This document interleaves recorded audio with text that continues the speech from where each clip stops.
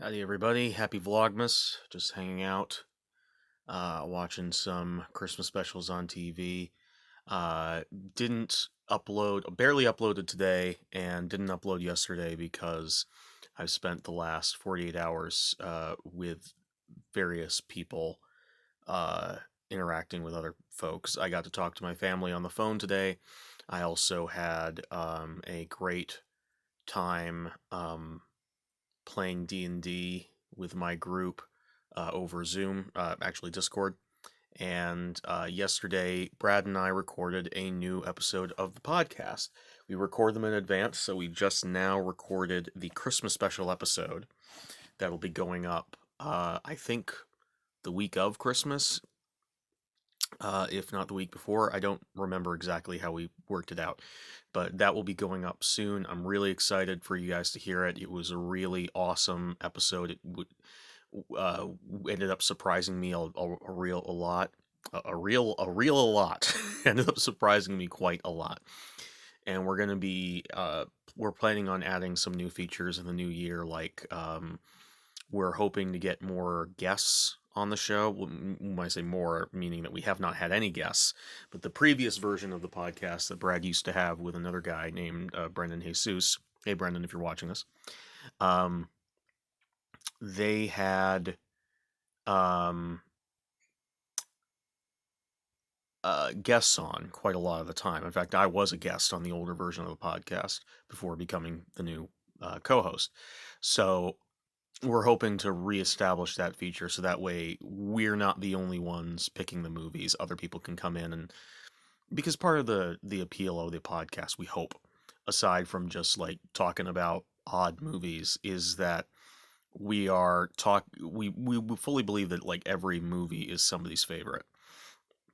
And so getting to talk about movies that maybe we haven't heard of or maybe we have heard of but we haven't looked at them a certain way is great, and we get to have people like defend and bring up their little things that nobody else gets to talk about. So we're looking forward to maybe shining that light on some maybe forgotten classics, which is definitely what we did with the Christmas special, and looking at movies like Meet the Hollowheads and just trying to tell people about stuff that maybe they haven't heard about, but could be very important to someone. I'm sure that they're that I mean I know there are a lot of Star Kid fans out there, but I don't think as many people who are Star Kid fans have such a personal connection with me and my dick as I did. But so we'd like to have more people on there just to talk about some crazy fun stuff that's out there. Uh, So we've reached out to a few people. If there's anybody that you would like us to reach out to, or you would like to reach out to us, let us know. Let them know. Um, we'd love to have some other YouTubers on. We've reached out to a couple of them as well, and also we're reaching out to some of our friends who we think would be interesting to have on the podcast. So yeah, really excited for the future. Really excited for Christmas. Really excited for hopefully next year being better than this one, as I'm sure most people are. And yeah, so that's what's on my mind right now. Sitting in the dark, alone. But yeah, that's why I didn't upload yesterday. We'll say that. Yeah, I was busy. I was with other people.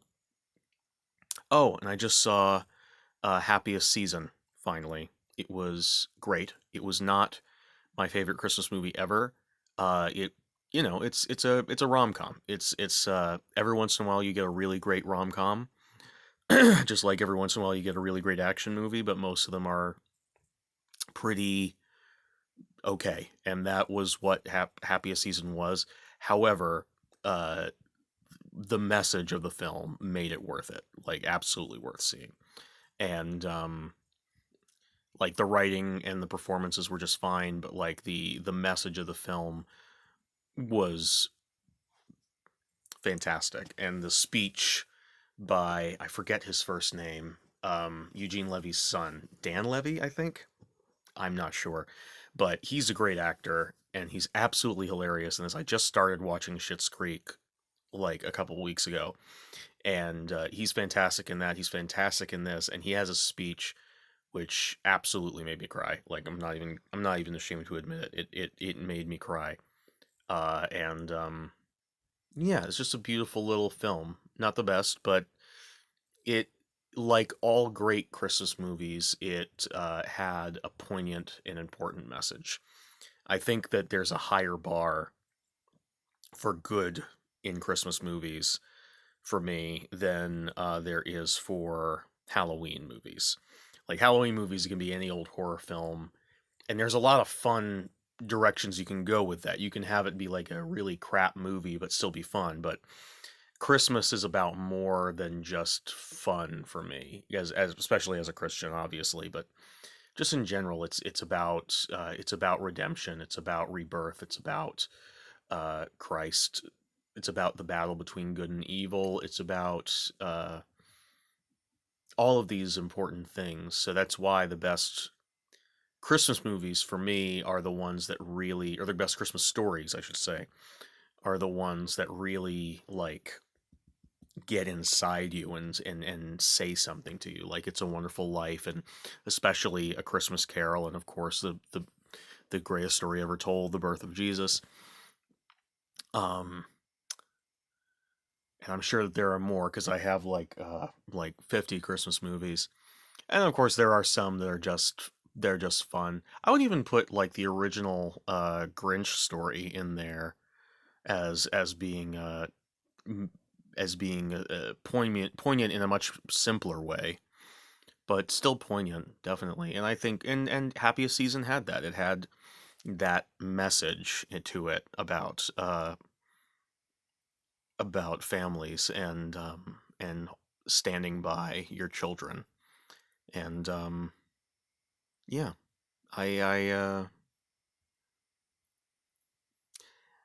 I was a great big fan. I was a great fan of that. And yeah, so I recommend that you all go watch that movie. I read somewhere that they're going to have a sequel on Wikipedia. That it's been so successful, they're thinking about doing a sequel. I have not heard of any rom com that has a good sequel. Never heard of it. Uh, point. If you can think of an example, point to it in the comment section. I think the Bridget Jones Diary movie had some sequels, but I never heard if they were good or not. How can you like the entire thing is will this relationship survive or will this relationship happen? So how can you make a sequel to that? You'd either have to change genres or have the relationship be in trouble again, and that's not good. I don't know. So I guess you tell me what would you like if you've seen Happiest Season, if you've seen a rom com with a sequel, what do you think should happen in the sequel?